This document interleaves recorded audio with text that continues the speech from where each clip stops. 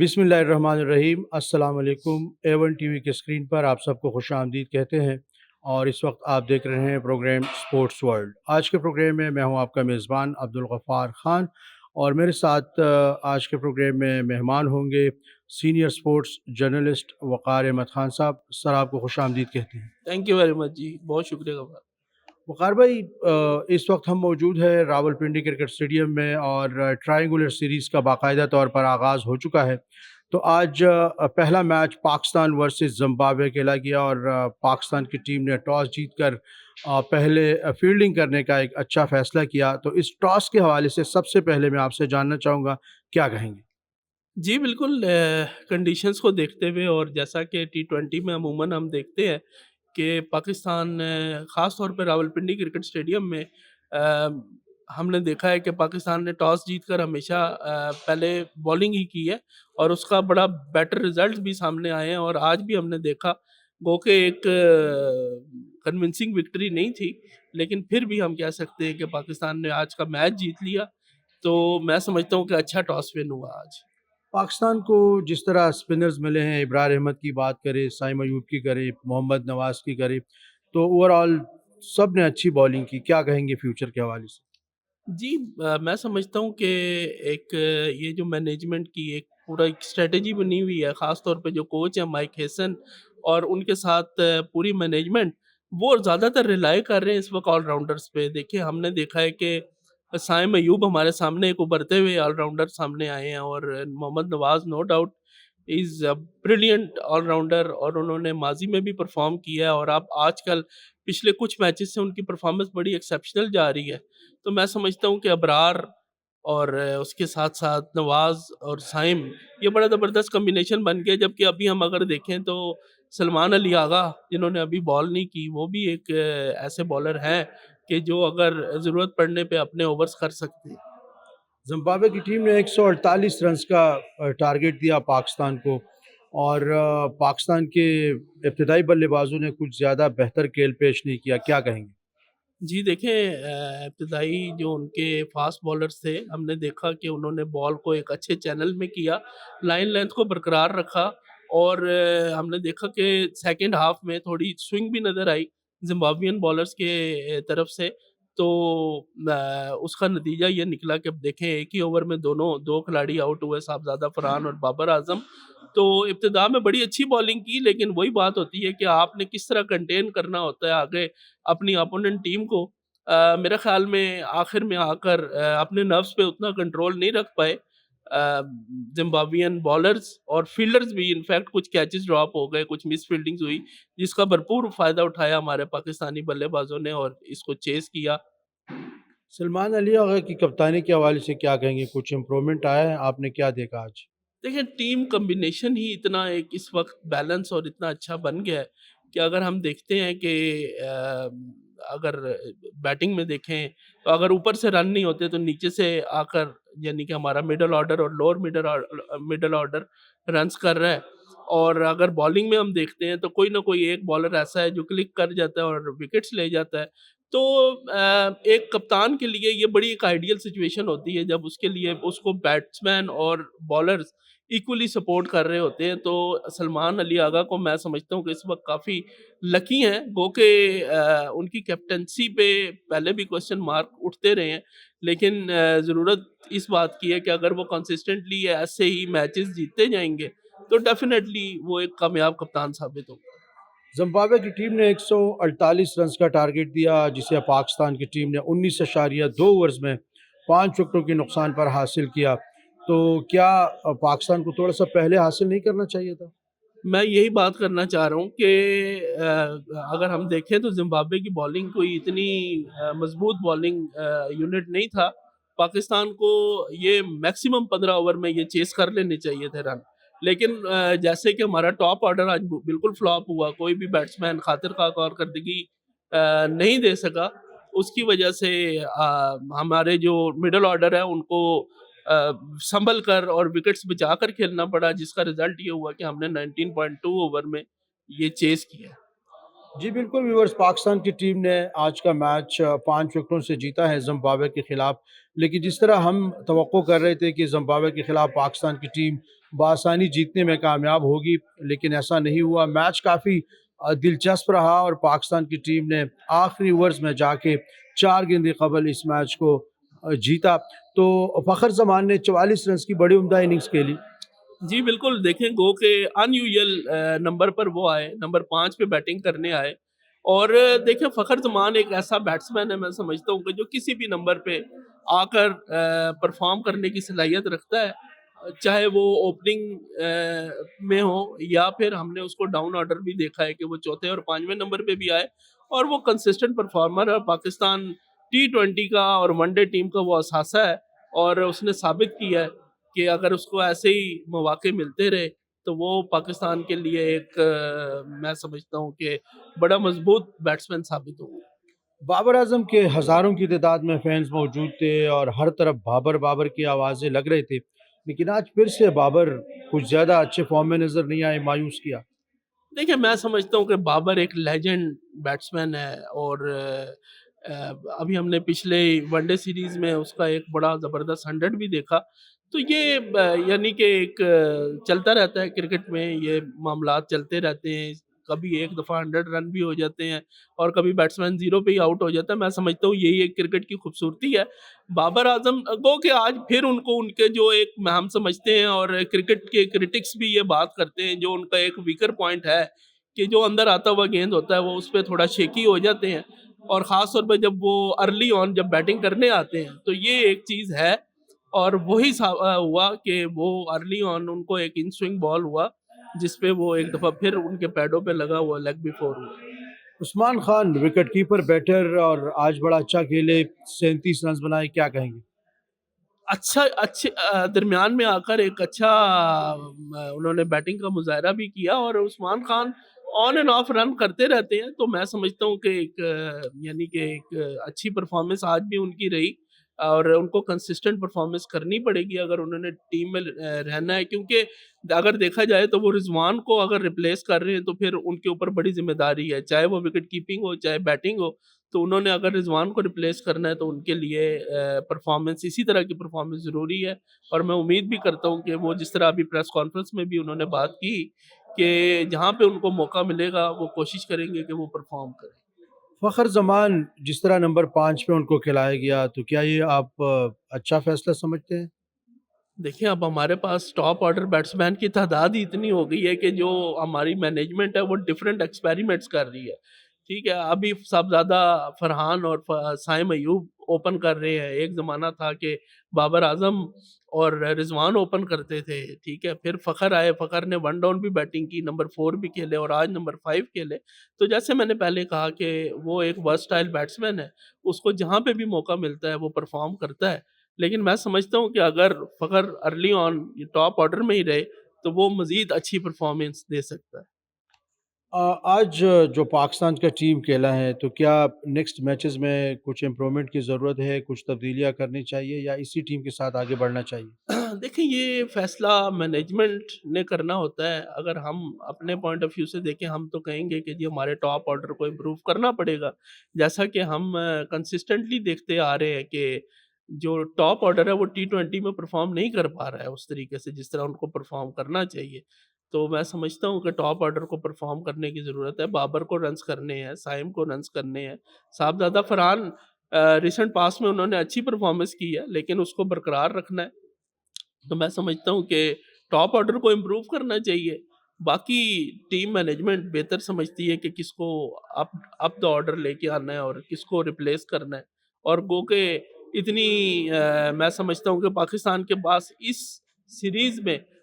گنجائش ہے کہ وہ کچھ ایکسپیریمنٹس کرے اور اپنے جو بیٹنگ آرڈر ہے ان کو شفل بھی کرے، کیونکہ ورلڈ کپ کی آمد ہے اور اس کی تیاری کے لیے میں سمجھتا ہوں بڑا اچھا ایک پاکستان کو موقع ملا ہے کہ کم سے کم 4 میچ تو یہاں پہ انہوں نے کھیلنے ہیں سری لنکا اور زمبابوے کے اگینسٹ۔ وقار بھائی، یہ آپ کا ہوم گراؤنڈ ہے، آپ نے راولپنڈی کرکٹ اسٹیڈیم میں کرکٹ بھی کھیلا ہے اور آپ نے بہت زیادہ میچز بھی کور کی ہیں۔ آنے والے میچز میں کیا توقع کر رہے ہیں راولپنڈی کرکٹ اسٹیڈیم کے وکٹ سے، کہ کیا بالرز کو سپورٹ کرے گا یا بیٹرز کو، یا سپورٹنگ وکٹ ہوگی؟ نہیں میں سمجھتا ہوں کہ راولپنڈی کی جو وکٹ ہے وہ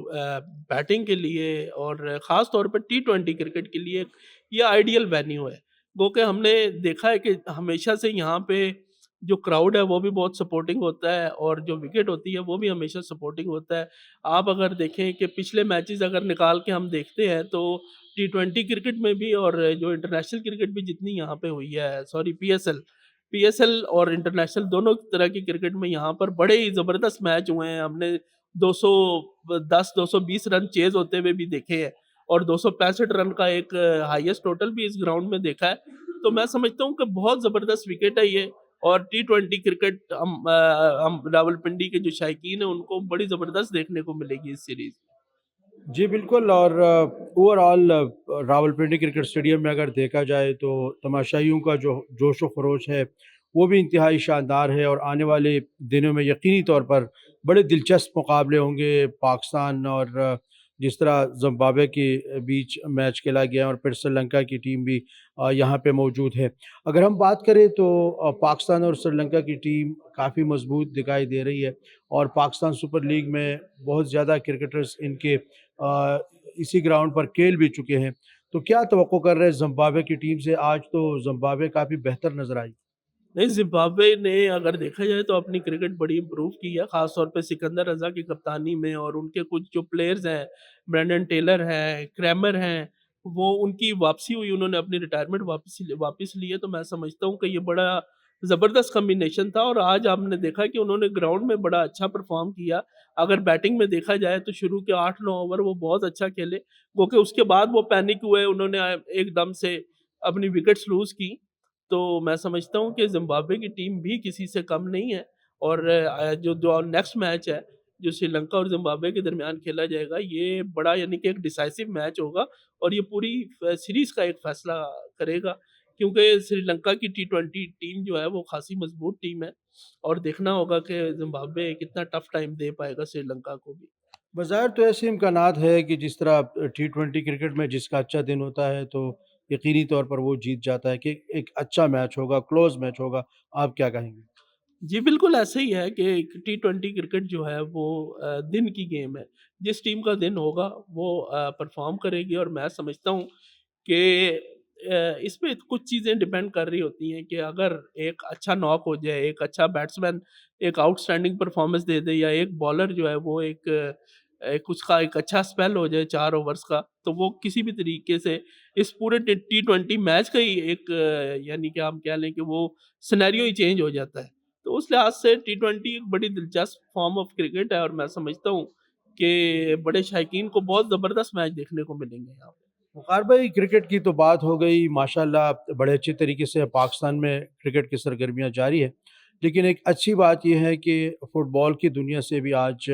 انٹرنیشنل میچ کھیلا گیا شام اور پاکستان کے مابین جناح اسپورٹس کمپلیکس اسلام آباد میں، اور اس میچ میں ہزاروں کی تعداد میں کراؤڈ نے اس میچ کو دیکھا، اور اس میچ میں پاکستان کی تھوڑی سی بدقسمتی رہی کہ ون سائیڈڈ میچ ہوا۔ اتنا اچھا میچ تماشائیوں کے لیے ثابت نہیں ہوا، اتنا وہ انجوائے نہیں کر سکے، لیکن بڑی تعداد میں تماشائیوں نے گراؤنڈ کا رخ کیا، جو کہ یقینی طور پر اچھی بات ہے۔ اور پاکستان میں ایک لمبے عرصے کے بعد اب فٹ بال کی بھی واپسی ہوئی ہے۔ اس سے پہلے ایشین کوالیفائر میچز میں پاکستان اور افغانستان کا میچ کھیلا گیا، جو کہ 1-1 سے برابر رہا، اور اب پاکستان اور شام کے مابین میچ کھیلا گیا، جو شام کی ٹیم نے 5 گول سے جیتا، اور پاکستان کی ٹیم کو اس میچ میں شکست کا سامنا کرنا پڑا۔ تو کیا کہیں گے فٹ بال کے اس شاندار مقابلے کے حوالے سے؟ دیکھیے میں سمجھتا ہوں کہ اس میں ہماری گورنمنٹ، ہماری لا انفورسمنٹ ایجنسیز، اور جو ہمارا اسپورٹس بورڈ ہے، ان سب کا ایک بڑا امپورٹنٹ رول ہے، کہ جس طریقے سے کرکٹ یہاں پر ایک لمبے عرصے کے بعد واپس آئی، اور اب آپ دیکھیں کہ دنیا میں پاکستان میں کھیلی جانے والی کرکٹ کو ہر جگہ پہ بڑی پذیرائی ملتی ہے۔ اسی طرح سے باقی کھیلوں کے ساتھ ساتھ فٹ بال، جو کہ دنیا میں سب سے زیادہ دیکھے جانے والا ایک سپورٹس ہے، تو وہ جس طرح پاکستان میں بھی اس کا ایک ریوائول ہوا ہے، اور یہاں پر ایشین کوالیفائر کے میچز ہوئے ہیں،